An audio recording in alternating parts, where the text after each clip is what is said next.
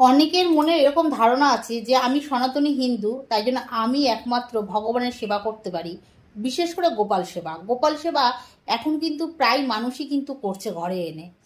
তাই জন্য একমাত্র সনাতন হিন্দুরাই এই গোপাল সেবা করতে পারে, অন্য ধর্মের মানুষটা করতে পারে না, এরকম চিন্তা অনেকে পোষণ করে। তাদের উদ্দেশ্যে আমার এই ভিডিওটা। দেখো, সনাতন ধর্ম কিন্তু আদি ধর্ম, একদম মানে গোড়াই, একদম মূল ধর্মই হলো গিয়ে সনাতন ধর্ম। এই সনাতন ধর্ম থেকে সব ধর্ম কিন্তু আসছে। সনাতন ধর্মে কোনো নিয়ম বা কোনো কিছু কারোর পছন্দ হয়নি, সেটা বাদ দিয়ে আর একটা ধর্ম তারা তৈরি করেছে। কিন্তু সনাতন ধর্মকে বাদ দিয়ে কোনো ধর্ম কিন্তু কিন্তু নেই। কেন? সনাতন ধর্মকে বাদ দিলে সেই ধর্ম কোনো সময় টিকে থাকবে না। কিছু কিছু জিনিস বাদ দিয়ে আর কিছু কিছু জিনিস নিয়ে নতুন নতুন ধর্ম তৈরি হয়েছে। তার মধ্যে একটি ধর্ম হলো মুসলমান ধর্ম।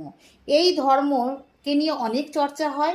অনেক মুসলিম মানুষরা আছে যারা হরিনাম শুনতে ভালোবাসে এবং গোপাল সেবা করতে চায়, অনেকে সেবা করে। এই জন্য অনেকে বলে যে এই কাজটা তাদের করা উচিত না। কেন?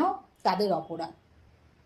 তাদের উদ্দেশ্যে একটা কথা বলি, ভগবান তোমার আমার একার না। এই ব্রহ্মাণ্ডে যত মানুষ আছে, সমাজে যত মানুষ আছে, প্রত্যেকের জন্য কিন্তু ভগবান, প্রত্যেকের জন্য ভগবান। সবার অধিকার আছে ভগবানের সেবা করার, খালি মনটা দরকার।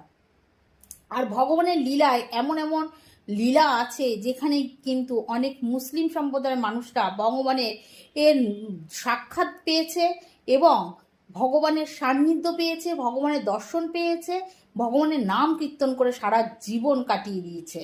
এখনও এই 2026-এ দাঁড়িয়েও দেখা যায় অনেক মুসলিমরা হরি নাম করছে, হরি কথা শুনছে।